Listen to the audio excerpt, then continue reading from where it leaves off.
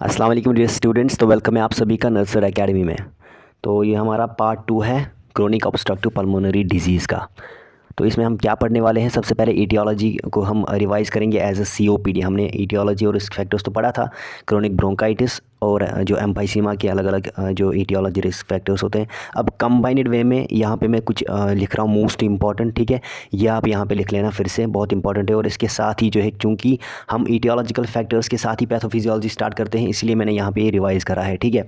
तो सबसे पहला जो ईटियोलॉजिकल फैक्टर और रिस्क फैक्टर होता है इस सीओपीडी को डेवलप होने के लिए, वो होता है मैक्सिमम टाइम्स जो है स्मोकिंग। जो मैंने कहा था 90% ऑफ द केसेस में जो है, अगर सीओपीडी है तो वहाँ पे स्मोकिंग 90 या फिर 95% लिख सकते हो। 95% केसेस में स्मोकिंग एक कॉजेटिव फैक्टर या फिर रिस्क फैक्टर होगा वहाँ पे, जिसको आप लिख सकते हो कि ये एक मेजर रिस्क फैक्टर है। क्या है? मेजर रिस्क फैक्टर, ठीक है। ये हो गया स्मोकिंग। दूसरा होता है एयर पोल्यूशन, ठीक है। एयर पोल्यूशन, अगर किसी भी बंदे को जो है एयर पोल्यूटेंट्स का ज़्यादा एक्सपोजर रहता है, वो क्या करता है, वो उसके लंग्स को इरिटेट करता है, उसको डैमेज करता है। उस वजह से जो उसको चांसेस होते हैं, रिस्क बढ़ता है किसका? सीओपीडी का, ठीक है। ये हो गया।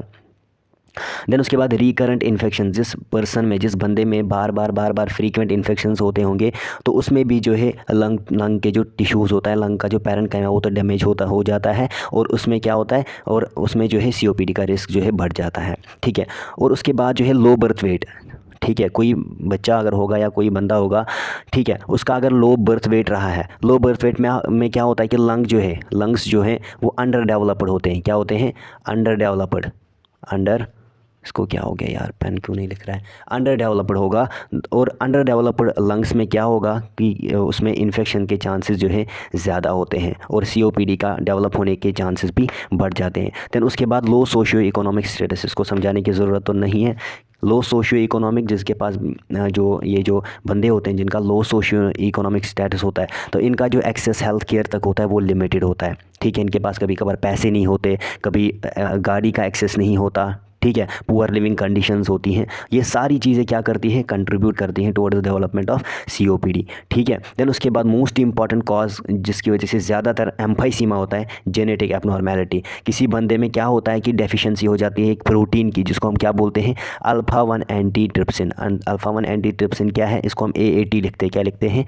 AAT लिखते हैं। ये क्या होता है? एक प्रोटीन होता है। क्या होता है? एक प्रोटीन होता है जो कि लिवर से सिक्रीट होता है। लिवर से क्या होता है? सिंथेसाइज इसको लिवर करता है, और ये जाके लंग्स में जो है क्या करता है? लंग्स को प्रोटेक्ट करता है, हमारे लंग्स को किसी भी इरिटेशन, किसी भी इन्फेक्शन, ठीक है, किसी भी डैमेज से जो है बचाता है। लेकिन जब इसकी डेफिशिएंसी हो जाती है तो सीओपीडी के चांसेस जो हैं बहुत ज़्यादा बढ़ जाते हैं। तो ये हो गया क्या? सीओपीडी की ईटियोलॉजी या फिर रिस्क फैक्टर। अब बढ़ते हैं इसकी पैथोफिजियोलॉजी। बहुत आसान है, ठीक है, बस आप ध्यान रख लेना, ठीक है। तो स्टार्ट करते हैं। सबसे पहले जो है ईटियोलॉजिकल फैक्टर्स में हमारे पास स्मोक आता है, इरिटेंट्स आते हैं, कोई भी कार्सिनोजन आता है, ठीक है। हमारे पास सिगरेट स्मोक हो सकता है, इंडस्ट्रियल केमिकल हो सकता है, या कोई भी इरिटेंट आएगा, ठीक है। वो क्या करेगा? जब वो देखो, जब कोई भी बंदा, कोई भी पर्सन जो स्मोक, इरिटेंट्स, कार्सिनोजन्स को इनहेल करता है, क्या करता है? इनहेल करता है, तो वो जाके वहाँ पे ब्रोंकाई पे बैठ के, एक ब्रोंकाई जो होती है हमारी ईयरवे जो होती है, वहाँ पे बैठ के क्या करते हैं? टिश्यू की, वहाँ के टिश्यू की इरिटेशन करते हैं। क्या करते हैं? इरिटेशन कॉज करते हैं, वहाँ पे उसको डिस्ट्रक्ट करते हैं उस टिश्यू की,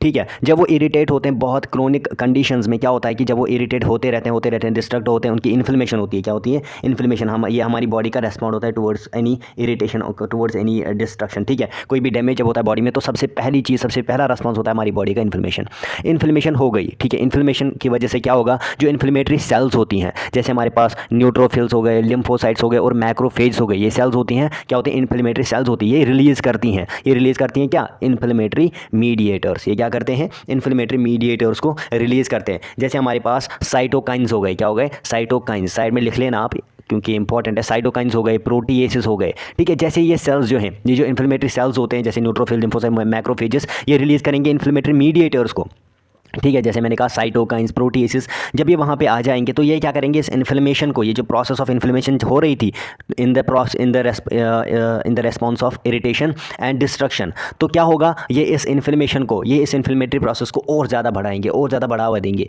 ठीक है। जब इन्फ्लेमेशन और ज़्यादा बढ़ जाएगी तो क्या होगा? म्यूकस प्रोडक्शन जो है वो बढ़ जाएगा। म्यूकस प्रोडक्शन, मैंने कहा हमेशा आपसे, इन्फ्लेमेशन जहाँ होगी वहाँ म्यूकस प्रोडक्शन नॉर्मल से ज़्यादा होगा। जैसे जैसे म्यूकस प्रोडक्शन ज़्यादा होता जाएगा तो क्या होगा? यहाँ पे एक पॉइंट लिख लेना, ठीक है। तो मैं यहाँ पे लिख रहा हूँ, क्या होगा? जो हमारा सीलिया होता है, जो हमारा सीलिया होता है उसकी सीलियरी डिसफंक्शन हो जाएगा। क्या हो जाएगा? सीलियरी डिसफंक्शन हो जाएगा। उसका क्या काम क्या था? सीलिया का काम क्या था? वो इस एक्सेस म्यूकस को या पैथोजन को, कोई भी माइक्रोब था उसको बाहर निकालने का काम करता था। कोई भी फॉरेन पार्टिकल आता था उसको बाहर निकालने का काम ये सीलिया होता है हमारा, है ना। एयरवे पे जो सीलिया होता है हमारा, ये क्या करता है? किसी भी पार्टिकल को या फिर म्यूकस, एक्सेस म्यूकस होता है, इसको बाहर फेंकने का काम करता है। लेकिन यहाँ पे ये म्यूकस जो है इसकी सिक्रीशन बहुत ज़्यादा बढ़ गई, क्योंकि इन्फ्लेमेशन हो गई और जो है म्यूकस प्रोडक्शन बहुत ज़्यादा हो गया, तो इसका जो है ये इसको अब क्लियर नहीं कर पा रहा, इसीलिए सीलिया डिसफंक्शन हो गया, म्यूकस प्रोडक्शन बहुत ज़्यादा बढ़ गया। ठीक है, इससे क्या होगा? जब ये सीलिया इसको क्लियर नहीं कर पाएगा, हमारी एयरवे में सीलिया रहेगा, इसकी इन्फ्लेमेशन बहुत ज़्यादा है, तो यहाँ पे क्या रहेगा? ये म्यूकस वहीं पे रहेगा। ठीक है, तो क्या होगा? इसकी एयरवे की ऑब्स्ट्रक्शन हो जाएगी। ठीक है, एयरवे की ब्लॉकेज हो जाएगी। ठीक है, ये ब्लॉकेज हो जाएगी एयरवे की, जिसकी वजह से क्या होगा? जिसकी वजह से जो है एयरवे डैमेज हो जाएगी। क्या हो जाएगी? हमारी एयरवे जो है वो डैमेज हो जाएगी। डैमेज इन द सेंस क्या होगा? एयरवे की जो वॉल है, ये जो एयरवे की वॉल है ना हमारी, ये जो एयरवे वॉल है वो थिक हो जाएगी। क्या हो जाएगी? पहली चीज़ वो थिक हो जाएगी, ठीक हो जाएगी, और उसकी वो सॉलिडिफाई हो जाएगी, उसकी फाइब्रोसिस हो जाएगी, उसकी स्केयरिंग हो जाएगी। क्या हो जाएगी? वो हार्ड हो जाएगी बहुत ज़्यादा, जिसकी वजह से जो स्मूथ मसल्स होते हैं इसमें, जो एयरवे की वॉल में जो स्मूथ मसल्स होते हैं वो कंस्ट्रिक्ट करेंगे, वो टाइट हो जाएंगे। ठीक है, जिसकी वजह से क्या होगा? एयरवे और ज़्यादा नैरो हो जाएगी, एयरवे और ज़्यादा जो है नैरो हो जाएगी, जिसका ल्यूमिन जो है बहुत छोटा हो जाएगा। ल्यूमिन जब बहुत छोटा हो जाएगा तो एयर फ्लो जो है, जो इसमें एयर फ्लो चल रहा था, ठीक है, इसमें जो नॉर्मल एयरवे है इसमें ईजी एयर फ्लो हो रहा था, लेकिन ये जो सॉलिडिफाई हो गया स्ट्रक्चर है, जो एयरवे नैरो हो गई, अब इसमें एयर फ्लो जो है वो नहीं होगा, प्रॉपरली एयर फ्लो नहीं होगा, जिसकी वजह से क्या होगा? एयर फ्लो लिमिट हो जाएगा। ठीक है, एयर फ्लो, सॉरी आपको दिखाई नहीं दे रहा था, एयर फ्लो की लिमिटेशन हो जाएगी और हमारा जो है क्रोनिक ब्रोंकाइटिस कॉज होगा। थोड़ा सा जो है मैं रिवाइज़ कर देता हूँ पहले। ठीक है, फिर से थोड़ा सा रिवाइज़ कर देता हूँ।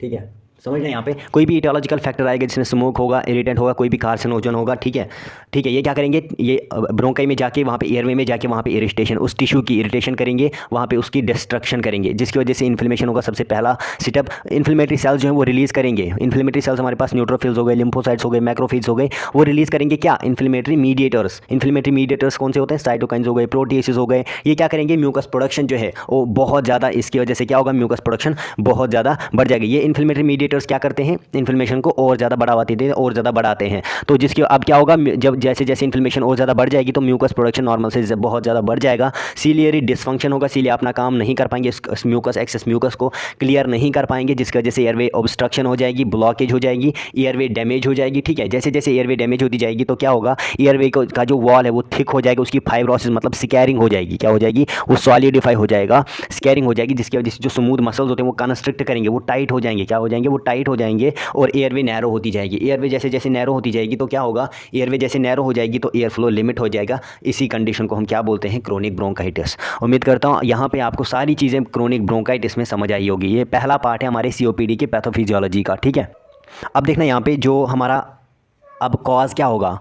एम्फाइसीमा के लिए हमने एक बार तो पढ़ लिया, ये जो है क्रोनिक ब्रोंकाइटिस, उसके हमने इटियोलॉजिकल फैक्टर से स्टार्ट किया। ठीक है, तो यहाँ पे क्या होगा? अब जेनेटिक कॉजेस होंगे, जेनेटिक कोई भी जेनेटिक फैक्टर होगा, उसकी वजह से क्या होगा? डेफिशिएंसी हो जाएगी अल्फा 1 एंटीट्रिप्सिन की। क्या हो जाएगी? अब किसी भी पर्सन में किसी भी रीज़न से क्या होगा? जेनेटिक कॉज होता है मोस्टली इसमें कि डेफिशिएंसी हो जाती है अल्फा 1 एंटीट्रिप्सिन प्रोटीन। ये एक प्रोटीन होता है जिसको कौन सिक्रेट करता है? जो कहाँ से आता है? लिवर से आता है, और लंग्स में क्या करता है? लंग्स की इलास्टिसिटी को मेंटेन रखता है, लंग्स को किसी भी इरिटेशन से, किसी भी इन्फ्लेमेशन से प्रोटेक्ट करके रखता है। अब इसकी जब डेफिशिएंसी हो जाती है, क्या हो जाती है? डेफिशिएंसी होती है किसी भी पर्सन में, तो वहाँ पे क्या होता है? जो ब्रोंकियल वॉल होता है उसका जो इलास्टिन होता है, उसमें जो इलास्टिन प्रोटीन होता है उसका ब्रेक डाउन होता है, इसकी डेफिशिएंसी की वजह से। जब इसका ब्रेक डाउन होता है, क्या हो जाता है? जब ये ब्रेक डाउन हो जाता है तो उसके बाद क्या हो जाता है? जो एल्वियोलर वॉल होता है उसकी डिस्ट्रक्शन हो जाती है, उसके साथ जुड़े हुए जो ब्लड वेसल्स होती हैं उनकी भी क्या, ब्लड वेसल्स मतलब उन ब्लड कैपिलरीज जो होती हैं उनकी भी डिस्ट्रक्शन हो जाती है। ठीक है, ऐसा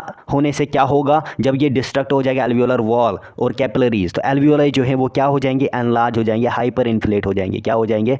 हाइपर इन्फ्लेट। मैंने कहा था आपको कल, फिर वो इन्वॉल्व किन को करते हैं? टर्मिनल ब्रोंकियोल्स को। हाइपर इन्फ्लेशन लिख लेना। ठीक है, हाइपर इन्फ्लेशन।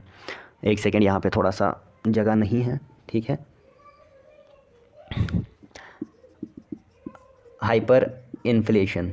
ठीक है, हाइपर इन्फ्लेशन, वो बहुत ज़्यादा फूल जाएंगे और टर्मिनल ब्रोंक्यूल्स के बिहाइंड भी जो है वो चले जाएंगे। एयर क्या हो जाएगा, जो एयर आ रहा था वो क्या हो जाएगा, वो ट्रैप हो जाएगा, वो बंद हो जाएगा वहीं पे, जिसकी वजह से क्या होगा, अब ये एयर ट्रैप हो गया, अब क्या होगा, गैस एक्सचेंज जो प्रॉपरली हो रहा था उसमें क्या हो जाएगी, इम्पेयरमेंट हो जाएगी, गैस एक्सचेंज क्या होगा, वो इम्पेयर हो जाएगा। देखना ये जो एल्वियोलाई है ना, सिंपल सी बात है, ये जो हमारे एल्वियोलाई है ना, जब इनमें एयर एंटर करता है तो ये फूल जाते हैं, ठीक है, तो ये जो है ये यहाँ चले जाते हैं, ठीक है। नॉर्मल कंडीशन में क्या होता है, जब इसकी इलास्टिसिटी नॉर्मल होती है तो ये जब यहाँ चले जाते हैं, यहाँ चले जाते हैं, ठीक है, इलास्टिसिटी की वजह से ये वापस यहाँ पे आ जाते हैं जब एयर वापस चला जाता है। लेकिन जब एबनॉर्मल कंडीशंस होती हैं, क्या होती हैं, एबनॉर्मल कंडीशंस होती हैं, मतलब एम्फाइसीमा हो गया, इलास्टिन ब्रेक हो गया, तो क्या होगा, देखना ज़रा, ये जो हमारे एल्वियोलाई हैं ये तो हाइपर इन्फ्लेट कर जाएंगे, लेकिन देखना यहाँ तो चले जाएंगे, यहाँ तो चले जाएंगे, लेकिन ये वापस नहीं आ पाए, ये प्रोसेस नहीं होगा, ये जो दूसरी प्रोसेस है ये नहीं होगी, ठीक है। तो क्या होगा, ये जो इतनी जगह इन्होंने पकड़ के रखी है, ये जगह यहाँ पे एयर, एक्स्ट्रा एयर रहेगा, मतलब एयर की ट्रैपिंग हो जाएगी जो कि नॉर्मल एक्सचेंज ऑफ गैसेस को आल्टर करेगी। वही मैंने कहा कि इनमें जो है गैसेस एक्सचेंज इम्प्रॉपर हो जाएगा, ठीक है। अब बात करते हैं इसके साइन एंड सिम्टम, जिनको हम क्लिनिकल मैनिफेस्टेशंस बोलते हैं और जिनको हम कार्डिनल साइंस भी बोलते हैं, ठीक है। तो सबसे पहला साइन एंड सिम्टम जो है, सबसे पहला सिम्टम क्या होगा, क्रोनिक कफ होगा, है ना, जो हमने पढ़ा, अभी तक पढ़ रहे थे, chronic cough and sputum production. इसका एक्सप्लेनेशन मैं दे चुका हूँ, ठीक है। क्रोनिक कफ होगा, बहुत समय तक कफ होगा, खांसी होगी पेशेंट को, और उसके साथ स्पूटम भी होगा, है ना, बलगम भी होगा, क्योंकि अंदर म्यूकस की कंसंट्रेशन बहुत ज़्यादा बढ़ गई है। दूसरी चीज़ क्या होगी, डिस्निया होगा, मतलब डिफ़िकल्टी ब्रीदिंग होगी, डिफ़िकल्टी इन ब्रीदिंग में बहुत ज़्यादा, पेशेंट को सांस लेने में बहुत ज़्यादा प्रॉब्लम होगी, ठीक है, जिसको हम क्या बोलते हैं, डिस्निया बोलते हैं, डिस्निया बोलते हैं इसको, ठीक है, डिस्पीनिया या फिर डिस्निया, क्योंकि एयरवे जो है वो नैरो हो चुकी है, लंग्स डैमेज हुई हैं, ठीक है। हल्की सी फिजिकल एक्टिविटीज़ भी जो है, लाइक चलने से, सीढ़ी चढ़ने से, ठीक है, उसमें भी जो है पेशेंट को बहुत ज़्यादा प्रॉब्लम हो रही है, डिफिकल्टी ब्रीदिंग हो रही है। देन उसके बाद होगी वीजिंग क्या होता है, एक हाई पिचड साउंड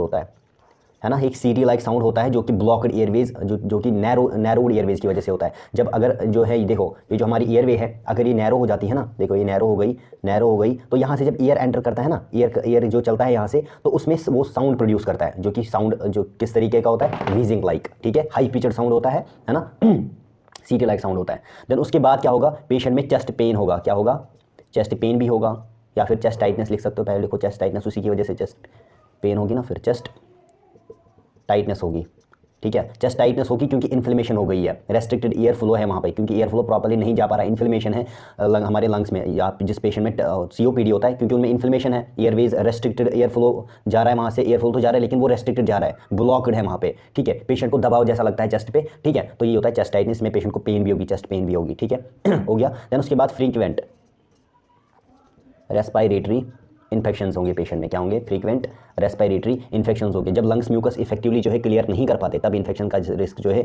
बढ़ जाता है। जैसे आप पेशेंट में देख सकते हो, किसी पेशेंट में जो है ब्रोंकाइटिस और निमोनिया जैसे इन्फेक्शन जो है बार बार दिखते हैं, इससे लंग्स जो है ज़्यादा डैमेज हो सकते हैं। देन उसके बाद एल्वियोलाई क्या होंगे, एनलार्जड एल्वियोलाई क्या होंगी, एनलार्जड होंगे, ठीक है। एम्फाइसीमा मैंने आपको कहा था, एम्फाइसीमा जैसी कंडीशन में एल्वियोलाई जो है वो उनकी इलास्टिसिटी लूज हो जाती है। एम्फाइसीमा में क्या होता है, एल्वियोलाई जो है इलास्टिक नहीं रहती और एयर ट्रैप हो जाता है, जो कि ऑक्सीजन एक्सचेंज को कम कर सकता है, ठीक है। ये एक इरिवर्सिबल कंडीशन होती है, इरिवर्सिबल डैमेज होता है लंग्स को, जो कि एक सिग्नल होता है, ठीक है, सिग्नल होता है COPD के लिए। देन उसके बाद क्या होगा, उसके बाद होगा हमारे पास वेट लॉस भी होगा पेशेंट में, ऑब्वियसली। वेट लॉस क्यों होगा, आप बता सकते हो वेट लॉस क्यों होगा, ये आपके लिए क्वेश्चन है, ठीक है। आप कमेंट सेक्शन में बताओगे मुझे, ये मोस्ट इंपॉर्टेंट है, इसका रीज़न आप मुझे बताओगे कमेंट सेक्शन में, ठीक है, कमेंट में बताओगे कि इसका रीज़न क्या है, कि क्यों पेशेंट में वेट लॉस होगा, ठीक है, आप मुझे कमेंट सेक्शन में ज़रूर बताओगे। देन उसके बाद साइनोसिस होगा पेशेंट में, ऑब्वियसली, क्योंकि ब्लड में जो है ऑक्सीजन कम जा रहा है, ब्लड ऑक्सीजन प्रॉपर्ली नहीं हो पा रहा है, जिसकी वजह से स्किन और लिप्स जो उनका कलर जो है वो डिस्कलर हो जाएंगे, ब्लूइश डिस्कलरेशन हो जाएगा उनमें, है ना, क्योंकि ब्लड कम है। ब्लड में जो है आप लिखोगे रीज़न भी इसका, ब्लड में जो है ऑक्सीजन कम हो रहा है, ठीक है, जिसकी वजह से क्या, लिप्स और जो हमारे स्किन होता है उसका कलर जो है ब्लूइश हो जाता है, bluish discolouration of the skin is known as cyanosis, ठीक है। इसमें क्या होता है कि इमरजेंसी ट्रीटमेंट की बहुत ज़्यादा ज़रूरत होती है, क्योंकि ये क्रिटिकल ऑक्सीजन डिप्राइवेशन का एक इंडिकेशन होता है, ठीक है। देन उसके बाद पेशेंट को और क्या होगा, मॉर्निंग सिकनेस होगी, या फिर मॉर्निंग हेडेक, सिकनेस नहीं, मॉर्निंग हेडेक, ठीक है। ये क्यों होगा, मॉर्निंग सुबह क्यों हेडेक होगा पेशेंट को, रात के वक्त जो है ब्लड में कार्बन डाइऑक्साइड होने की वजह से जो है ब्लड वेसल्स डायलेट होती है, ठीक है। रात में क्या होता है कि कार्बन डाइऑक्साइड बहुत ज़्यादा होने की वजह से ब्लड वेसल्स में वो ब्लड वेसल्स डायलेट हो जाती हैं, ठीक है, जिसकी वजह से क्या होता है कि हमारे अपर वाले बॉडी पार्ट्स को ऑक्सीजन नहीं मिलता, जिसकी वजह से क्या होता है कि हमारा हेडेक हो जाता है। ठीक है, इसका रीज़न मैंने बता दिया आपको। ठीक है, देन उसके बाद क्या होगा, हेमोप्टाइसिस। हेमोप्टाइसिस क्या होता है आपको पता होगा। ठीक है ना, हेमोप्टाइसिस होता है कि कफिंग ऑफ ब्लड जिसको कहा जाता है। ठीक है, कफिंग ऑफ ब्लड। इसमें क्या होता है कि जो हमारी ईयरवेज होती हैं, है ना, ईयरवेज होती हैं, उनकी जो ब्लड वेसल जो उनको ब्लड सप्लाई कर रही होती हैं वो रप्चर हो जाती हैं। ठीक है, कफ के साथ, उसके वजह से क्या होता है कि जो हम पेशेंट फिर जिसको ये COPD होगा, जब वो खांसी करता है तो जब कफ करता है तो उसके साथ उसका ब्लड भी आ जाता है। अक्सर जो है ये एडवांस्ड जो है सेवियर या severe lung condition, severe lung infection में देखा जाता है। ठीक है, देन उसके बाद क्या होगा पेशेंट में, और क्या होगा, swelling in feet and ankles. ठीक है, इसमें क्या होता है कि जो हमारी लोअर लिम्स होती हैं उनमें स्वेलिंग जो है फ्लूइड रिटेंशन की वजह से होती है, जो अक्सर क्रोनिक लंग डिजीज़ की वजह से, हार्ट पर स्ट्रेन होने की वजह से होती है। ठीक है, हार्ट स्ट्रेन जो होता है, जब हार्ट स्ट्रेन होता है तो उसकी वजह से क्या होता है, उसकी वजह से जो है स्वेलिंग हो जाती है। ठीक है, देन उसके बाद extreme weight loss and fatigue. Extreme weight loss and fatigue. ठीक है, इसमें क्या होता है कि एडवांस्ड स्टेज होते हैं COPD के, तो उनमें जो है क्योंकि ऑक्सीजन सप्लाई पुअर है तो उसकी वजह से वेट लॉस जो है ड्रास्टिक मैनर में वेट लॉस हो जाता है, बहुत ज़्यादा वेट लॉस हो जाता है और पेशेंट को जो है एक्सट्रीम फटीग या फिर थकावट महसूस होती है। तो ये सारी कंसेप्ट ये आप इसमें जो है इस कैटेगरी में रख सकते हो कि ये एडवांस्ड होते हैं। ये जो सारे मैंने कहे, cyanosis, morning headache, haemoptysis, swelling in feet, extreme. ठीक है, तो ये इनको आप कह सकते हो कि ये एडवांस्ड है। क्या है, एडवांस्ड और मोर सेवियर सिम्टम्स, ये लिख लेना। ठीक है, मोर एडवांस्ड होते हैं। ठीक है, तो देखना ज़रा यहाँ पे अब हम पढ़ेंगे COPD की डायग्नोस्टिक इवैल्यूएशन के बारे में। हम हर एक टेस्ट को डिटेल में समझेंगे। ठीक है, तो सबसे पहले जो है हम डिटेल्ड हिस्ट्री लेते हैं पेशेंट की। सबसे पहला और सबसे ज़रूरी स्टेप होता है पेशेंट का डिटेल्ड हिस्ट्री लेना। इसमें हम कुछ इंपॉर्टेंट चीज़ें नोट करते हैं, जैसे स्मोकिंग हिस्ट्री लेना। ठीक है, सबसे पहले क्या करते हैं, स्मोकिंग हिस्ट्री लेते हैं, पेशेंट के कितने साल से जो है स्मोक कर रहा है और कितना जो है कितने पैक्स ले रहा है। ठीक है, स्मोकिंग COPD, क्योंकि जो COPD का सबसे बड़ा रिस्क होता है वो होता है स्मोकिंग। ठीक है, दूसरा होता है पोल्यूटेंट एक्सपोजर। हम देखते हैं कि कितना पोल्यूटेंट्स का एक्सपोजर होता है पेशेंट को। जैसे हमारे पास इंडस्ट्रियल डस्ट हो गया, ये क्या होते हैं, पोल्यूटेंट्स होते हैं। इंडस्ट्रियल डस्ट हो गया, केमिकल फ्यूम्स हो गए, या कुकिंग स्मोक हो गया। ठीक है, इनका जो है इनके एक्सपोजर के बारे में जो है हम पूछते हैं पेशेंट से। देन उसके बाद सिम्टम्स आ गए, जो भी COPD के हम सिम्टम्स जानते हैं उनके बारे में हमने जानना है। जैसे क्रोनिक कफ हो गया, डिस्निया हो गया, डिस्निया मतलब सांस लेने में प्रॉब्लम होना, वीजिंग हो गया, वीजिंग मतलब CT लाइक साउंड्स निकलना पेशेंट से, क्योंकि ये किस वजह से होता है, क्योंकि एयरवे जो है वो नैरो हो चुकी है, तंग हो चुकी है और उसमें इन्फ्लेमेशन हो गई है। जब उसके थ्रू एयर चला जाता है तो CT लाइक साउंड्स निकलते हैं, तो वीजिंग भी होगा। और एक्सेसिव स्पूटम प्रोडक्शन होगा, क्योंकि म्यूकस बहुत ज़्यादा सिक्रीट हो रहा है। इसके बारे में हमने डिटेल्स लेनी है पेशेंट से। देन उसके बाद रिकरेंट रेस्पिरेटरी इन्फेक्शंस की हिस्ट्री भी नोट करते हैं। ठीक है, ये सब क्वेश्चन हमें डिजीज़ की सेवेरिटी समझने में हेल्प करते हैं। देन उसके बाद फिजिकल एग्जामिनेशन, दूसरा स्टेप होता है फिजिकल एग्जामिनेशन। फिजिकल एग्जामिनेशन से हमें एक्सटर्नल साइज का पता चलता है। जैसे बैरल चेस्ट होगा पेशेंट में, ये ऑब्जर्व करेंगे जो लंग्स के हाइपर इन्फ्लेशन की वजह से होता है। ठीक है, देन दूसरा रेस्पिरेटरी एफर्ट चेक करते हैं, क्या पेशेंट जो है क्या वो एक्सेसरी मसल्स का यूज़ कर रहा है। जैसे हमारे पास नेक और शोल्डर मसल्स होते हैं, क्या उनका यूज़ कर रहा है या नहीं, इससे हमें रेस्पिरेटरी एफर्ट का पता लगता है। देन उसके बाद लंग के साउंड सुनते हैं with the help of stethoscope, है ना। ऑस्कल्टेशन की हेल्प से हम क्या करते हैं, लंग के साउंड सुनते हैं, क्या ब्रेथ साउंड्स कम हुए हैं, या वीजिंग साउंड्स हो सकता है, CT लंग साउंड जो मैंने पहले बात करी। इनके सामने इन सब के बारे में जो है हमने डिटेल्स लेनी है। ये साइंस जो है एयर फ्लो ऑब्स्ट्रक्शन को इंडिकेट करते हैं। देन उसके बाद तीसरा स्टेप होता है पल्मोनरी फंक्शन टेस्ट। ठीक है, पल्मोनरी फंक्शन टेस्ट यानी स्पायरोमीट्री COPD डायग्नोस करने का एक गोल्ड स्टैंडर्ड होता है। ये टेस्ट जो है कैसे काम करता है, पेशेंट एक डिवाइस में फोर्सफुली एक्सेल करता है और हम FEV1 मतलब forced expiratory volume in 1 second and FVC forced vital capacity major करते हैं। अगर FEV1 अपॉन FVC रेशो जो है 70% से कम होता है या लेस देन 70% होता है तो इसका मतलब जो है एयर फ्लो ऑब्स्ट्रक्शन है हमारे लंग्स में। ठीक है, पेशेंट के लंग्स में। देन उसके बाद रिवर्सिबिलिटी टेस्ट भी किया जाता है। इसमें क्या करते हैं कि ब्रोंकोडायलेटर्स लेने के बाद भी अगर इंप्रूवमेंट नहीं होती है पेशेंट में तो COPD कंफर्म होता है। ठीक है, और अगर मोस्ट इंपॉर्टेंट थिंग अगर इंप्रूवमेंट ज़्यादा होती है पेशेंट में तो एस्थमा का इंडिकेशन होता है। ठीक है, देन उसके बाद फोर्थ है हमारे पास arterial blood gas ABG analysis. Advanced COPD cases में ऑक्सीजन और कार्बन डाइऑक्साइड का बैलेंस चेक करना बहुत ज़रूरी होता है। इसमें हम हाइपोक्सीमिया देखते हैं, मतलब कि reduced oxygen saturation in the blood, atrial oxygen. ठीक है, और दूसरा हाइपरकैपनिया मतलब high oxygen saturation in of carbon dioxide in the blood. ठीक है, ये एनालिसिस हमें लंग्स की एफिशिएंसी और डिजीज़ की सेवेरिटी समझने में हेल्प करता है। ठीक है, देन उसके बाद fifth chest x-ray. Chest x-ray एक सिंपल और नॉन इन्वेसिव टेस्ट होता है जो COPD का सपोर्टिव डायग्नोसिस करता है। इसमें क्या होता है कि हाइपर इन्फ्लेटेड, अगर लंग्स जो है वो हाइपर इन्फ्लेटेड होंगे और अगर डायफ्राम जो है वो फ्लैटेनेड होगा, वो तो वो इसमें जो है दिख जाएगा, जो सीओपीडी की कॉमन साइंस होते हैं। ठीक है, साथ ही निमोनिया या लंग कैंसर जैसे दूसरे कंडीशंस भी इसमें जो है हम रूल आउट कर सकते हैं with the help of this test. Then उसके बाद 6 है हमारे पास 6 मिनट वॉक टेस्ट। ठीक है, 6 मिनट वॉक टेस्ट, इसमें क्या करते हैं, इस टेस्ट में जो है पेशेंट 6 मिनट्स तक वॉक करता है और हम उनका जो है ऑक्सीजन सैचुरेशन और एक्सरसाइज टॉलरेंस चेक करते हैं। अगर वॉकिंग के दौरान पे ऑक्सीजन सैचुरेशन कम होता है, गिरता है, तो इसका मतलब होता है कि लंग्स ऑक्सीजन सप्लाई करने में जो है स्ट्रगल कर रहे हैं। देन उसके बाद 7th होता है ब्लड टेस्ट। ब्लड टेस्ट भी जो है सीओपीडी के कुछ केसेस में जो है हेल्पफुल होते हैं। इसमें सीबीसी मतलब कंप्लीट ब्लड काउंट जो है, उसमें क्या होगा कि पॉलीसाइथीमिया हो सकता है ना, इसमें वो उसका पता लगाया जा सकता है। पॉलीसाइथीमिया मतलब नॉर्मल लेवल से जब आरबीसी ज़्यादा होंगी ब्लड में, दैट्स कॉल्ड एज पॉलीसाइथीमिया, जो कि क्रोनिक हाइपोक्सिया की वजह से होता है, ऑक्सीजन कमी की वजह से। देन इसमें और क्या है, अल्फा 1 एंटीट्रिप्सिन लेवल्स भी इसी ब्लड टेस्ट में हम देखते हैं। ठीक है, यंग पेशेंट्स किन में देखते हैं, यंग पेशेंट्स और नॉन स्मोकर्स में जेनेटिक डेफिशिएंसी चेक करते हैं। ठीक है, क्योंकि वो स्मोक नहीं कर रहे हैं, यंग पेशेंट्स हैं, तो उनमें क्या हो सकता है, जेनेटिकली जो है अल्फा 1 एंटीट्रिप्सिन की डेफिशिएंसी होगी, जो कि लीड कर सकता है सीओपीडी को। देन उसके बाद 8 है हमारे पास पल्स ऑक्सीमीट्री। पल्स ऑक्सीमीट्री एक बेड साइड टेस्ट होता है जो ऑक्सीजन सैचुरेशन मेजर करता है। नॉर्मल सैचुरेशन लेवल्स जो है 90% से ऊपर होते हैं, लेकिन सीओपीडी के पेशेंट्स जो है उनमें 90% या फिर उससे कम भी हो सकता है। ठीक है, देन उसके बाद 9th है हमारे पास सुपुटम एनालिसिस। सुपुटम सैंपल का एनालिसिस इन्फेक्शंस को डिटेक्ट करने के लिए किया जाता है, जो सीओपीडी एक्सार्बेशंस का रीजन हो सकता है। ठीक है, देन उसके बाद 10th है हमारे पास ECG and echocardiography. Advanced COPD patients में हार्ट की फंक्शनिंग भी चेक करनी पड़ती है। कॉर्पल्मोनेल मतलब कि राइट साइडेड हार्ट फेलियर, इसको रूल आउट करने के लिए ईसीजी और इकोकार्डियोग्राफी की जाती है, क्योंकि इसमें जो है कार्पल्मोनेल जो होता है या फिर right sided heart failure, most conditions में ये चीज़ें जो है देखनी पड़ती हैं कि राइट साइडेड हार्ट फेलियर जो है सीओपीडी में देखा जाता है। ठीक है, देन उसके बाद last but not the least CT scan of the, अगर हमने डिटेल्ड इमेजिंग चाहिए होती है तो सीटी स्कैन जो है किया जाता है। इससे जो है एम्फीसीमा और दूसरी लंग कंडीशंस का डिफरेंशिएशन जो है बहुत आसानी से हो जाता है। ठीक है, तो ये सब टेस्ट जो है मिलकर हमें सीओपीडी की कंफर्मेशन और सीवियरिटी समझने में बहुत ज़्यादा हेल्प करते हैं। ठीक है, तो अगर आपको वीडियो अच्छा लगता है, ये था आज का हमारा टॉपिक। ठीक है, तो अगली वीडियो में हमारा रहता है इसका management, medical management, surgical management and the nursing management. तो हो सकता है वो हम अगली वीडियो में जो है कवर करेंगे। तो मिलते हैं अगली वीडियो में, तब तक के लिए खुदा हाफिज़।